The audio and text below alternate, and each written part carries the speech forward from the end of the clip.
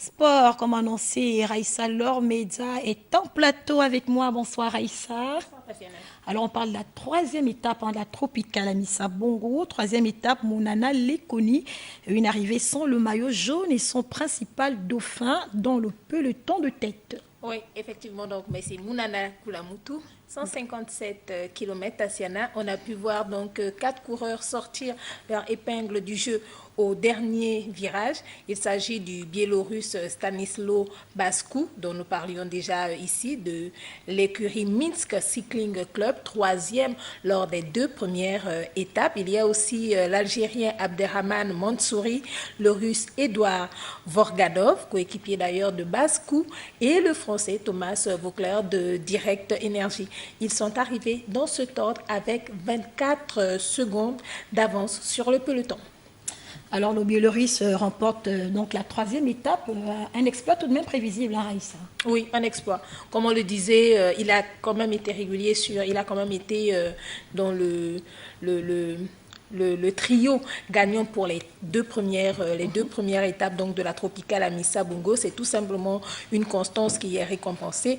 Et puis hier encore au classement général, il faut rappeler que Baskou était déjà était toujours troisième, mais il est à 9 secondes du premier du classement, donc qui était encore hier, l'Espagnol Aristi.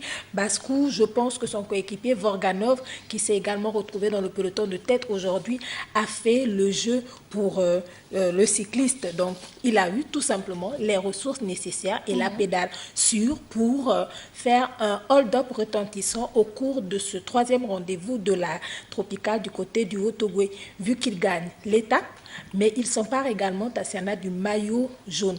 Il s'empare du maillot jaune et du coup, ça le met au classement général à 16 secondes d'avance sur l'ancien maillot jaune, Aristide Espagnol, et à 17 secondes d'avance sur Tony Huller, qui est au classement général aujourd'hui, au terme de la troisième étape, troisième. En tout cas, très belle performance. Hein. Une nouvelle étape demain est Baskou, j'espère que je prononce bien. Oui, Baskou. Alors, il revient l'homme à abattre, Raïssa, c'est cela? Oui, il sera effectivement l'homme à abattre. Pourquoi? Parce que cela se joue à la seconde. Là, il est le maillot jaune. Généralement, tout le monde tente de récupérer surtout le maillot jaune. Donc là, il est l'homme à abattre. Il a un très bon score. Il a 2 bons points pour lui. Et demain, donc, on va voir une équipe de Direct Énergie qui voudra revenir au mieux de la forme. On va aussi voir certainement un Aristi qui ne va pas lâcher. Après, derrière, il y a quand même que tout est encore ouvert pour l'ensemble des cyclistes, vu qu'aujourd'hui, par exemple, on a vu un Algérien se glisser dans le top 5 du classement général. Donc, on va dire tout simplement que pour cette tropicale, tout est encore ouvert. Donc, demain, ce sera l'étape. Demain, ce sera Fougamou, Lambaréné. Cette fois-ci, on va du côté de l'Angounier.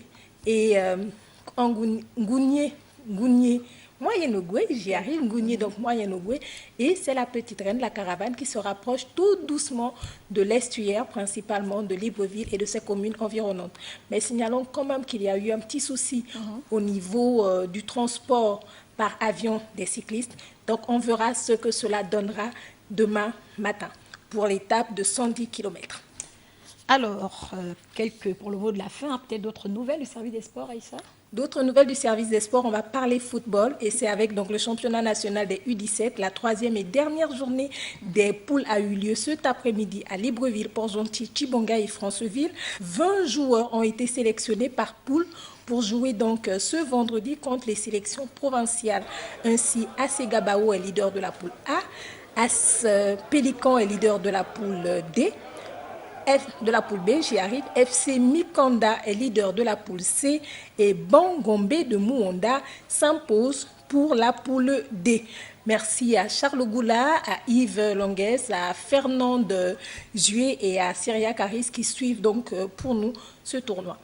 Voilà. Et moi, je vous dis un grand merci à Raïssa Laure Média pour toutes ces informations. Merci d'avoir répondu à nos questions.